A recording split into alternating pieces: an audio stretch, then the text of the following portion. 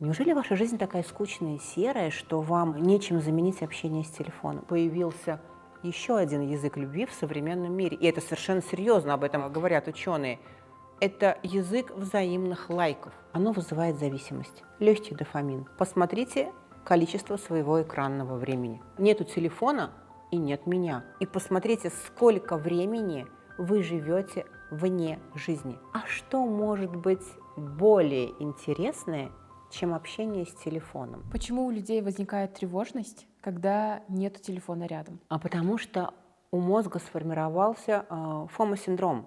То есть я боюсь что-то упустить, пропустить, если телефона не будет рядом. Потому что сейчас большинство жизни людей привязано к телефону. Гаджеты, оповещения, кредитные карты. Ну все, представьте, что вы потеряли телефон. Ну это же просто трагедия. Проще паспорт, по-моему, потерять, чем телефон.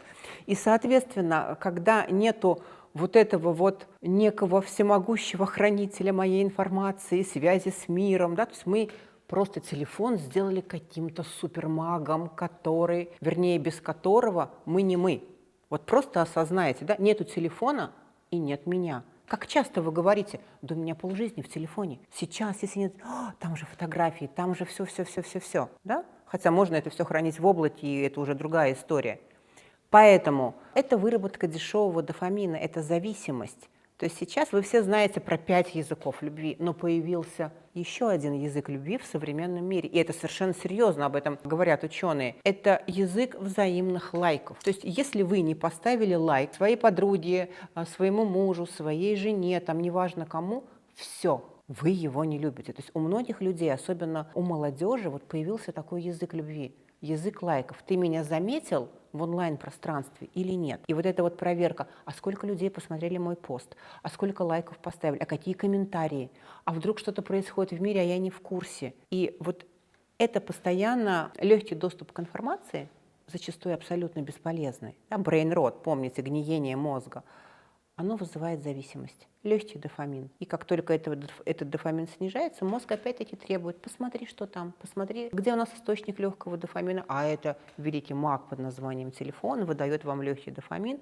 и способствует гниению вашего мозга. Если вы забываете, куда положили ключи, что кому обещали, вечером себя чувствуете как выжатый лимон, и самое главное, не помните, когда последний раз по-настоящему отдыхали, то, возможно, вы находитесь в риске синдрома выгорания. И я предлагаю вам пройти бесплатный тест на этот риск в своем боте, который находится по ссылке в описании ниже. И самое главное, обязательно поделитесь со мной в комментариях своими результатами. Сейчас это еще не внесли в какие-то, скажем так, классификации, в какие-то реестры, но я предполагаю, что так же, как цифровую зависимость сейчас вводят уже в перечень болезней, то и гниение мозга вполне возможно внесут, потому что это процесс, который неизбежен, просто неизбежен. А гаджет-зависимость можно вылечить без привлечения специалистов? Все зависит от того, какая степень зависимости. Какая степень зависимости, какая степень вовлечения мозга в эту зависимость. На каком-то этапе, конечно же, можно. Но если это уже выходит вот в такую аддикцию, то есть аддикция – это зависимость, да, на нашем врачебном языке, в такую выраженную зависимость, то, конечно, здесь мы подключаем психотерапевтов, подключаем иногда даже психиатров, потому что без них не справиться. Самый первый шаг – осознать, что вы зависимы. Любой алкоголик вам скажет: я не алкоголик, я просто по праздникам, вот просто по праздникам. Поэтому для начала, чтобы немножечко такой был холодный эффект на мозг, посмотрите количество своего экранного времени. Вот просто откройте и посмотрите на эту цифру.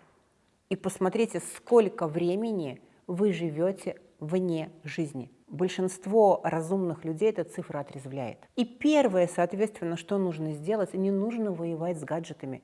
Это невозможно, потому что это признак нашего времени, и мы без гаджетов, собственно, гораздо медлительнее и гораздо менее продуктивнее. Сделайте гаджеты своими же помощниками в избавлении от зависимости, но будьте более хитрыми. Поставьте время ограничения на тот же гаджет. Время ограничения пребывания в Инстаграме, время ограничения пребывания в сети в принципе. То есть, Что получается? Не телефон теперь ваш хозяин, а вы его хозяин. Кто кем руководит? Кто кому говорит, сколько времени быть в гаджете? И вот это одно осознание, что я еще могу быть тем, кто управляет телефоном, и не разрешаю телефону управлять собой, оно прям кайфовое, потому что людям нравится власть. Телефон вами владеет или вы телефоном? Просто вот посмотрите на эту позицию. Да? И третий лайфхак. Смотрите, почему мы постоянно в телефоне? Потому что это же кайф, это дофамин. А что может быть более интересное, чем общение с телефоном?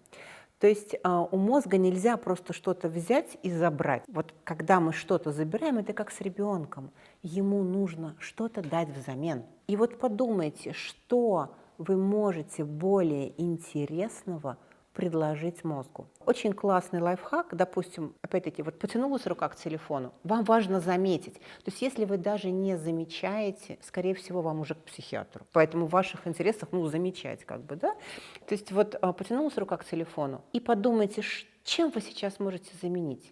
Может быть, это будет 3 приседания, или, может быть, это будет 5 отжиманий, или, может быть, это будет стакан воды. В любом случае, что-то очень коротенькое, микроспорт, микропрактика, которая, по сути, и мышцы вам накачает, и водный баланс наладит.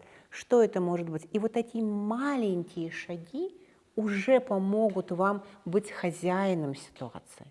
А потом просто сядьте и подумайте, а что я могу предложить своему мозгу реально, например, в течение часа более интересное, нежели листание соцсетей, да, вот этот думскроллинг. И если вы не сможете найти ответ на этот вопрос, я вынуждена вас расстроить. Вам, наверное, опять к психиатру.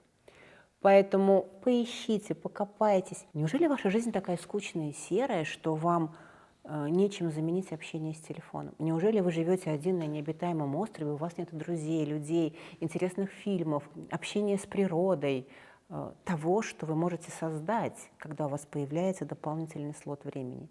Подумайте, если ответ найдете, напишите в комментариях.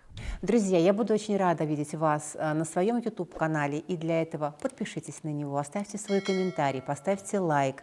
А еще напишите, какая история случилась с вами в рамках тех тем, о которых мы с вами разговаривали, и какой инсайт вас посетил и был самым ярким. Ну а еще я вас жду в своем телеграм-канале и на своей страничке в Instagram.